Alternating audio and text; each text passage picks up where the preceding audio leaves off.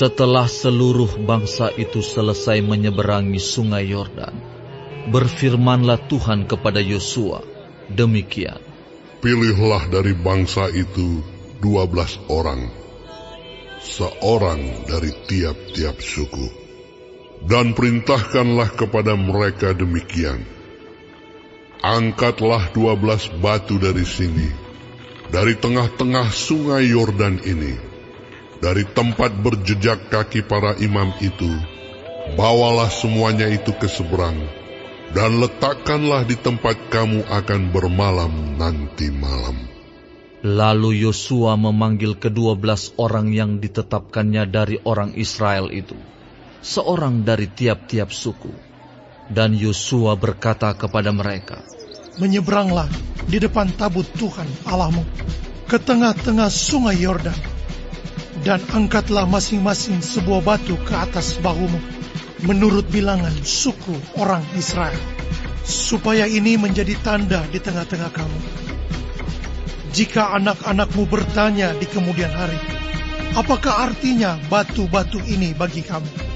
Maka haruslah kamu katakan kepada mereka bahwa air sungai Yordan terputus di depan tabut perjanjian Tuhan. Ketika tabut itu menyeberangi sungai Yordan, air sungai Yordan itu terputus. Sebab itu, batu-batu ini akan menjadi tanda peringatan bagi orang Israel untuk selama-lamanya.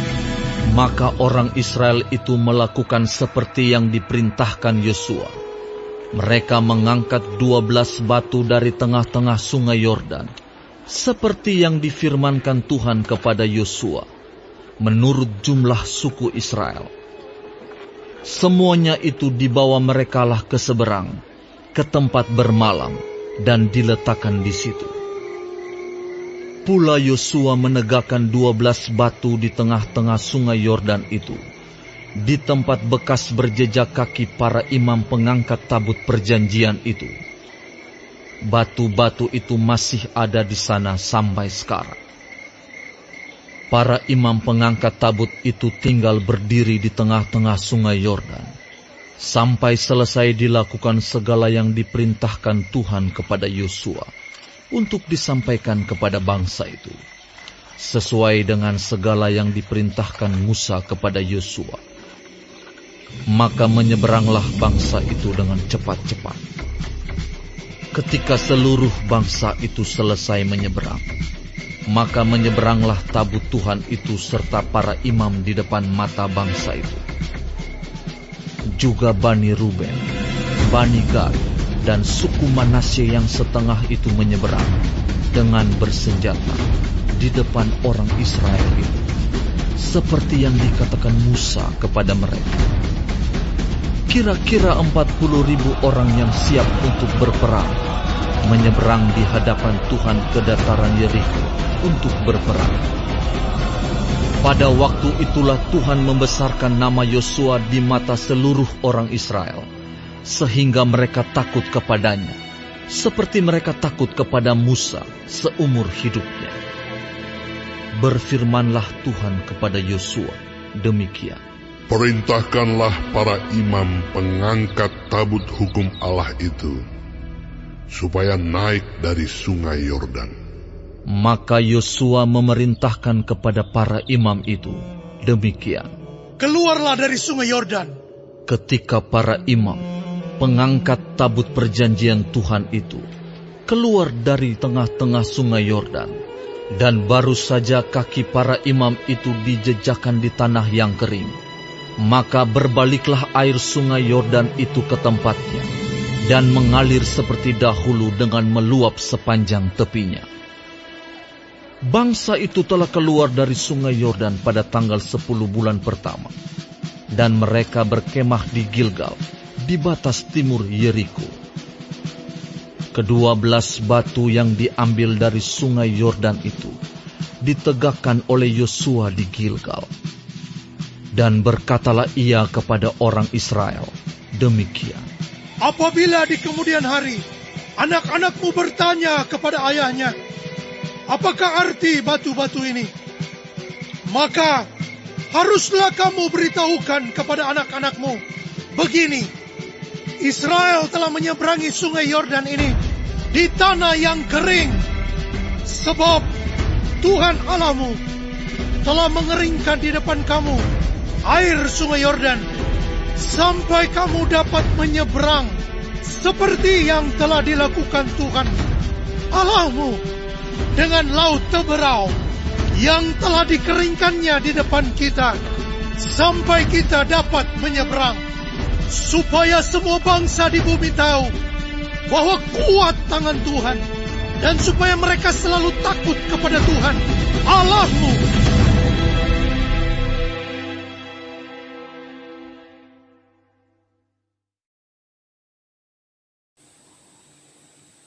Shalom saudara-saudaraku yang kekasih di dalam Tuhan. Puji Tuhan kalau kita masih diberi kesempatan hidup dan dapat mempelajari firman Tuhan dari Yosua 4. Tuhan Yesus memberkati mengenai ke-12 batu peringatan. Setelah bangsa Israel selamat menyeberangi sungai Yordan, Tuhan memimpin mereka untuk membuat sebuah batu peringatan. Tugu yang terbuat dari 12 batu yang diambil dari sungai oleh 12 orang dari masing-masing suku Israel. Tujuannya agar mereka selalu ingat pada Tuhan, fokus pada Tuhan, ingat siapa yang memimpin dan menolong mereka. Saudara, ketika kita sibuk melakukan tugas tanggung jawab kita, selalu atur waktu untuk membangun tanda peringatan dengan Tuhan. Maksudnya adalah buat waktu khusus untuk mencari Tuhan di tengah kesibukan apapun. Harus fokus dan memprioritaskan Tuhan. Sebab hidup kita hanya karena kasih dan kuasa Tuhan. Dan Tuhanlah yang menolong kita untuk bisa sampai keadaan kita saat ini. Sebab itu setiap hari fokus pada Tuhan. Carilah Tuhan. Itulah prioritas utama di dalam waktu kita.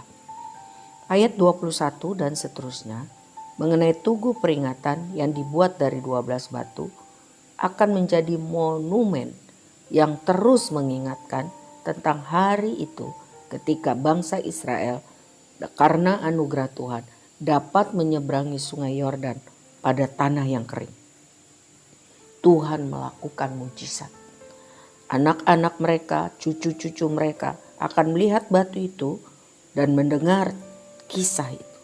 Dan mereka akan belajar mengenal Tuhan. Tuhan yang maha mengasihi mereka, Tuhan yang maha kuasa.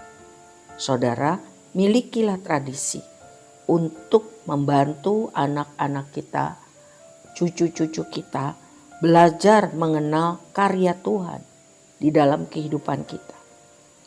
Berilah mereka pengertian tentang kasih Tuhan, apa yang Tuhan sudah lakukan dalam hidup kita.